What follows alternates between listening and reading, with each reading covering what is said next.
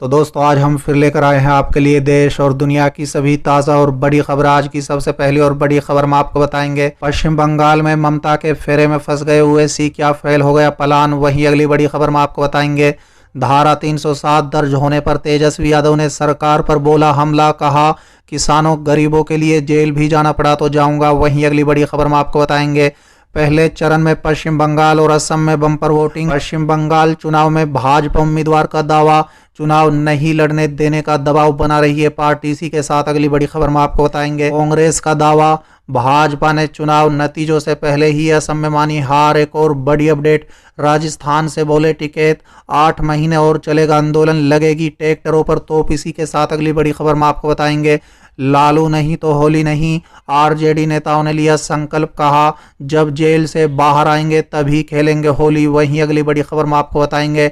आम आदमी पार्टी के सांसद ने पीएम मोदी पर कसा तंज, पूछा बांग्लादेश की आजादी की जंग में उन्हें किसने गिरफ्तार किया था। एक और बड़ी अपडेट, बीजेपी विधायक के कपड़े फाड़े जाने पर चढ़ोनी का बयान, बोले जनता और किसानों में भारी रोष है। वहीं अगली बड़ी खबर हम आपको बताएंगे। पंजाब में सभी टोल प्लाजा पर किसानों का कब्जा, एनएचआई परेशान, 500 करोड़ का नुकसान। तो चलिए देख लेते हैं आज की पहली बड़ी खबर। पश्चिम बंगाल में ममता के फेरे में फंस गए ओवैसी, क्या फेल हो गया प्लान।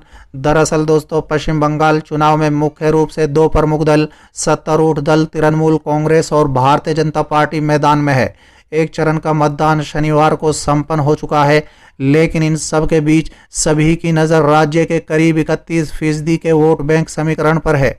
बंगाल में 31% मुसलमान वोट है। चुनाव के चौथे चरण के नामांकन के आखिरी दिन ऑल इंडिया मजलिस इत्तेहादुल मुस्लिमीन के प्रमुख और सांसद असदुद्दीन ओवैसी की पार्टी ने चुनाव लड़ने का ऐलान किया था, लेकिन अभी तक वो स्पष्ट नहीं कर पाए हैं कि कितनी सीटों पर चुनाव लड़ेंगे। हालांकि ओवैसी ने पहले चरण के मतदान के दिन मुर्शिदाबाद में एक सभा की, जिसमें उन्होंने 2 उम्मीदवारों का नामों का ऐलान कर दिया। वहीं अकेले चुनाव लड़ने का भी दम भरा। इससे पहले वो गठबंधन बनाने की जुगत में दिख रहे थे। चलिए अगली खबर। धारा 307 दर्ज होने पर तेजस्वी ने सरकार पर बोला हमला, कहा किसानों गरीबों के लिए जेल भी जाना पड़ा तो जाऊंगा। दरअसल दोस्तों बिहार में नेता प्रतिपक्ष तेजस्वी यादव ने अपने ऊपर हत्या के प्रयास यानी धारा 307 का मुकदमा दर्ज होने पर नीतीश सरकार पर हमला बोला है। शनिवार को ट्वीट कर तेजस्वी यादव ने कहा है कि बेरोजगारों के लिए नौकरी मांगी तो सरकार ने हम पर मुकदमा दर्ज करा दिया। उन्होंने कहा है कि बेरोजगारी, महंगाई, भ्रष्टाचार, विधि व्यवस्था, किसान और गरीबों के लिए लड़ने से अगर उन्हें जेल जाना पड़ेगा तो खुशी से जाएंगे। चलिए अगली खबर। पहले चरण में पश्चिम बंगाल और असम में बम्पर वोटिंग, इलेक्शन कमीशन ने जारी किया डाटा। दरअसल दोस्तों पश्चिम बंगाल और असम में शनिवार को पहले चरण की वोटिंग हुई। इस दौरान दोनों प्रदेशों के मतदाताओं ने लोकतंत्र के इस महत्वपूर्ण में बढ़ चढ़कर हिस्सा लिया। चुनाव आयोग के आधिकारिक आंकड़ों के मुताबिक बंगाल में शाम 5 बजे तक करीब 79.89% और असम में 72.14% मतदान हुआ। अपने मताधिकार का प्रयोग किया गया। पश्चिम बंगाल में 30 सीटों पर जबकि असम में 47 सीटों पर मतदान हुआ। दोस्तों बता दें, विस्तृत जानकारी दिए बगैर चुनाव आयोग ने कहा है कि मतदान के दौरान मशीनों में गड़बड़ी की दर पिछले सालों के मुकाबले कम रही।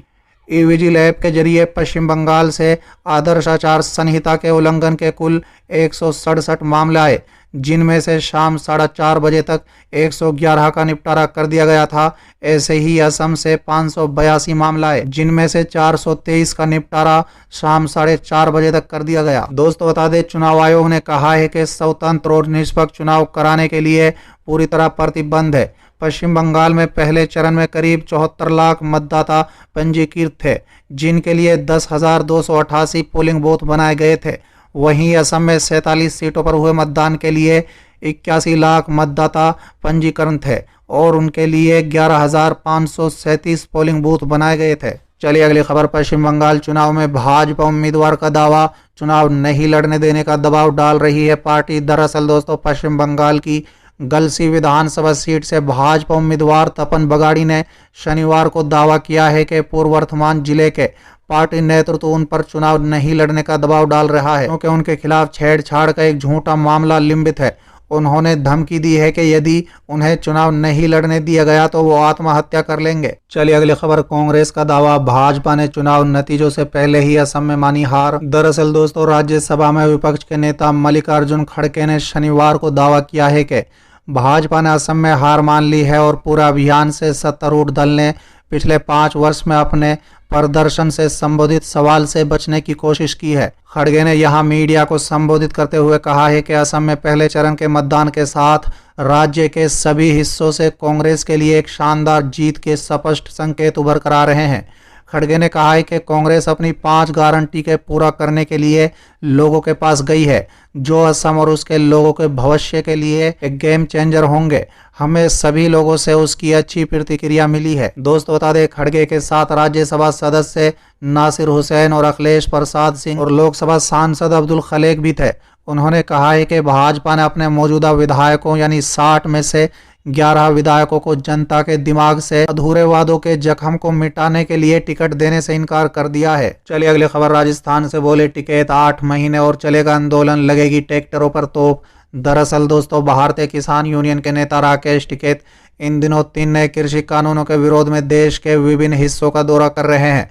राजस्थान दौरे के दौरान मीडिया से बात करते हुए राकेश टिकैत ने कहा है कि आंदोलनकारी किसान लंबी लड़ाई के लिए तैयार हैं और मांगे पूरी होने पर ही पीछे हटेंगे।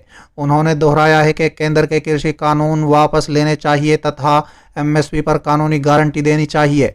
उन्होंने कहा है कि अगर किसानों की मांगे नहीं मानी गई तो 16 राज्यों की बिजली काट दी जाएगी। मीडिया से बात करते हुए उन्होंने कहा है कि 8 महीने और चलेगा, आगे की रणनीति फिर तय करेंगे। चलिए अगली खबर। लालू नहीं तो होली नहीं, आरजेडी नेताओं ने लिया संकल्प, कहा जब जेल से बाहर आएंगे तभी खेलेंगे होली। दरअसल दोस्तों, आरजेडी के कार्यकर्ताओं ने शनिवार को संकल्प लिया है कि जब तक उनके नेता लालू प्रसाद यादव जेल से बाहर नहीं निकलेंगे वो होली नहीं खेलेंगे।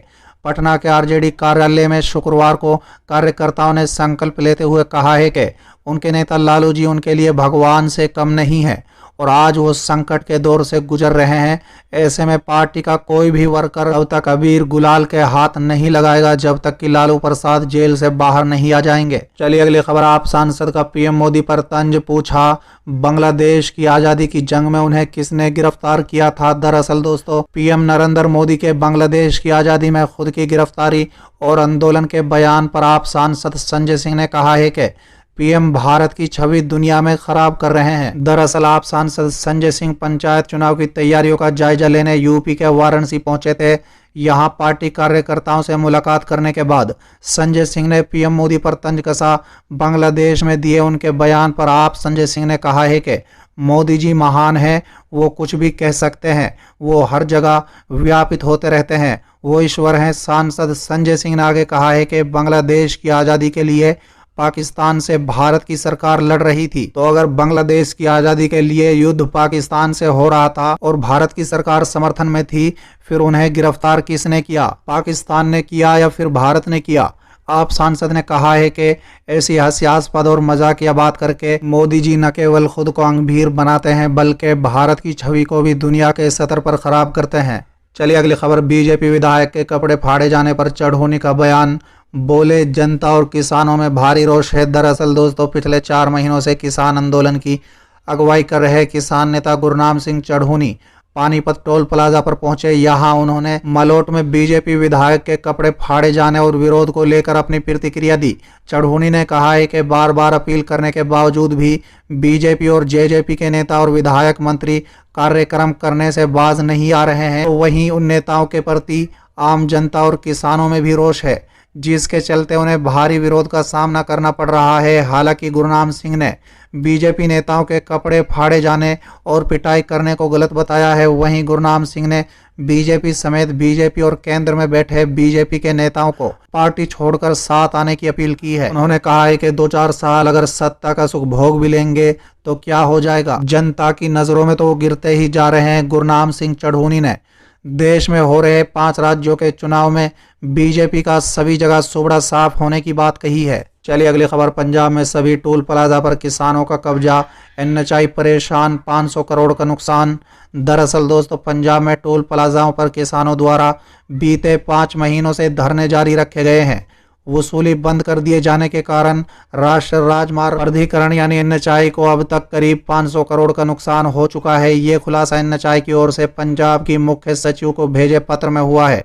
बता दें कि पंजाब से होकर गुजरते राष्ट्रीय राजमार्गों पर एनएचएआई के 25 टोल प्लाजा हैं, लेकिन केंद्र के 3 कृषि कानूनों के खिलाफ बीते साल सितंबर अक्टूबर से पंजाब में सभी टोल प्लाजा पर किसानों ने धरना शुरू कर दिया है और वहां टोल टैक्स की वसूली बंद कर दी है, जो अब भी बंद है। एनएचएआई ने पत्र में लिखा है कि 1 अक्टूबर 2020 से वाहनों को बिना टोल टैक्स दिए जाने दिया जा रहा है।